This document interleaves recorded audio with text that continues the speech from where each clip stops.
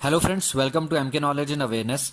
तो आज मैं आपको इन्फॉर्मेशन देने जा रहा हूँ रीसेंट क्लैश के बारे में जो इंडिया और चाइना के बॉर्डर पर हुआ। आप सब जानते हैं कि पिछले कई दिनों से इंडिया और चाइना के बीच जो है काफ़ी तनाव चल रहा है बॉर्डर पर।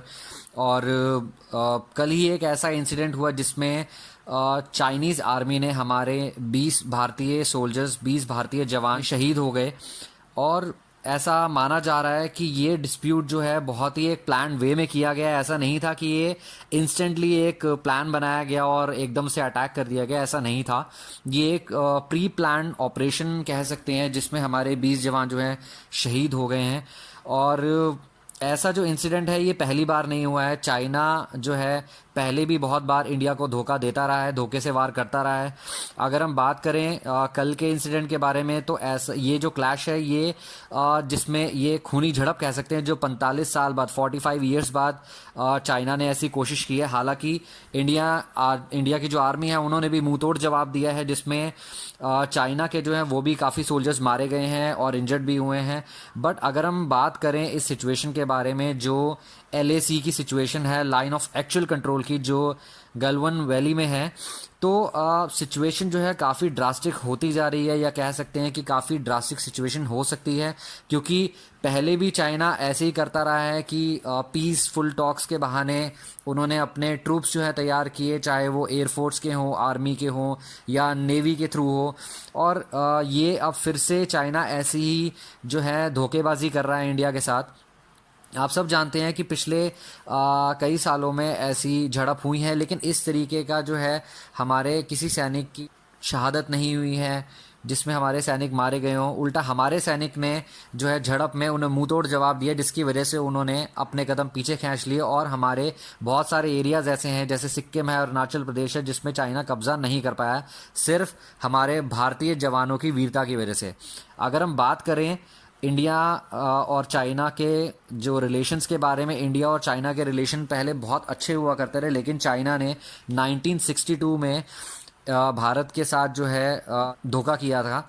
और उस टाइम पे उन्होंने इस तरीके का माहौल क्रिएट किया था और एक स्लोगन क्रिएट किया था, हिंदी चीनी भाई भाई, जिसे सोचकर हमें ये लगता था कि हाँ, चाइना हमारा बहुत ही अच्छा दोस्त है और कभी हम पर अटैक नहीं करेगा। लेकिन 20 अक्टूबर 1962 को चाइना ने इंडिया में सरप्राइज अटैक किया, जिसे इंडो चाइना वॉर कहते हैं या फिर सीनो इंडिया वॉर भी कहते हैं।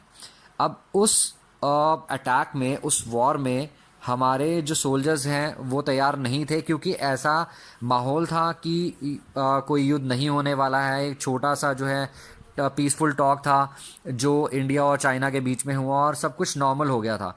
लेकिन चाइना ने इंडिया को धोखा दिया, सरप्राइज अटैक किया, जिसमें हमारे सिर्फ 10 से 20 हज़ार जवान थे जो चाइनीज़ आर्मी का सामना कर रहे थे, और चाइना के 80 हज़ार जवान थे। इसका खामियाजा हिंदुस्तान को भुगतना पड़ा। इस धोखे की वजह से हमारे बहुत सारे सोल्जर्स जो हैं वो जो शहीद हो गए।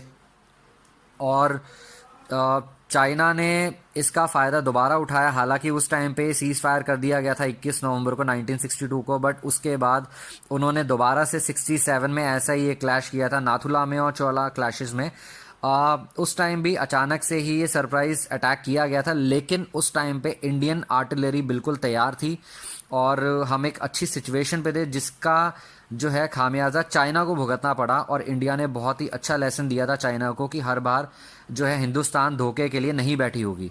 उस टाइम पे जो हमारे सैनिक थे उन्होंने मुंह तोड़ जवाब दिया और इंडियन आर्मी ने हैवी आर्टिलरी जो है उसके थ्रू उनकी टेरिटरी में जहाँ पे उन्होंने क्लैश किया था वहाँ पे अटैक किया, और जिसकी वजह से चाइना ने सीज़ फायर के लिए जो है हाई ऑफिशियल से बात की, डिप्लोमेट से बात की, और ये डिक्लेयर किया कि वो अपने कदम जो है वापस पीछे खींच रहे हैं।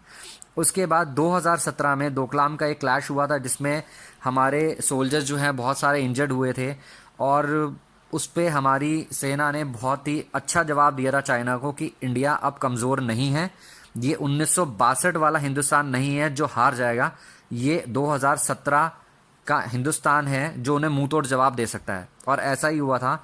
आप सब जानते हैं डोकलाम में सिचुएशन कितनी पैथेटिक हो चुकी थी और चाइना कैसे जो है डेली बेसिस पे क्लैश कर रहा था इंडिया के साथ। और उसके बाद इंडिया ने बहुत ही अच्छा जवाब दिया था और चाइना को अपने जो है स्टेप्स बैक लेने पड़े थे उन्हें, और उन्हें वो टेरिटरी छोड़नी पड़ी थी जिस पे वो कब्जा करना चाहते थे। तो ऐसा ही अगर हम बात करें, बहुत सारे ऐसे बॉर्डर्स हैं या बहुत सारी ऐसी स्टेट्स हैं जो चाइना बॉर्डर्स के थ्रू या चाइना बॉर्डर के नियर हैं, जैसे हिमाचल प्रदेश, उत्तराखंड, सिक्किम, अरुणाचल प्रदेश। आप सब जानते हैं कि 2008 या 2007 से ही चाइना ने अपने गूगल मैप पे अरुणाचल प्रदेश को अपना एरिया डिक्लेयर किया था, बट उसके बाद ही काफ़ी ज़्यादा इश्यूज चलते रहे, जिसकी वजह से अरुणाचल प्रदेश को, अगर कोई व्यक्ति अरुणाचल प्रदेश से चाइना जाना चाहता है तो उसे वीज़ा लेने की ज़रूरत नहीं है, लेकिन इंडियन टेरिटरी में है वो एक्चुअल में, और इसलिए वीज़ा रिक्वायरमेंट है। तो आज भी वो इश्यूज चल रहे हैं, वो इश्यूज रिजॉल्व करने की कोशिश की जा रही है, पर जिस तरीके की हरकत चाइना ने कल की है, मुझे नहीं लगता कि ये सिचुएशंस जो है इतनी जल्दी नॉर्मल होगी या ये सब चीज़ें इतनी जल्दी सॉर्ट आउट हो पाएंगी। तो आई होप जैसे ही इंडिया ने अब मुंहतोड़ जवाब दिया है, अगर चाइना दोबारा ऐसा कोई भी इशू क्रिएट करता है या ऐसी कोई हरकत करता है तो ज़रूर हिंदुस्तान मुंह तोड़ जवाब देगा, और जिसके लिए इंडिया बिल्कुल तैयार है।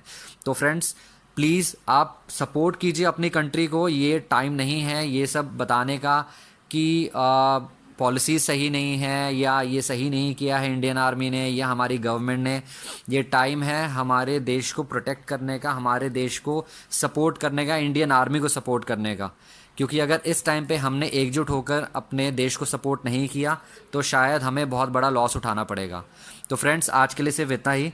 This is Manish Tahim signing off. Thank you very much.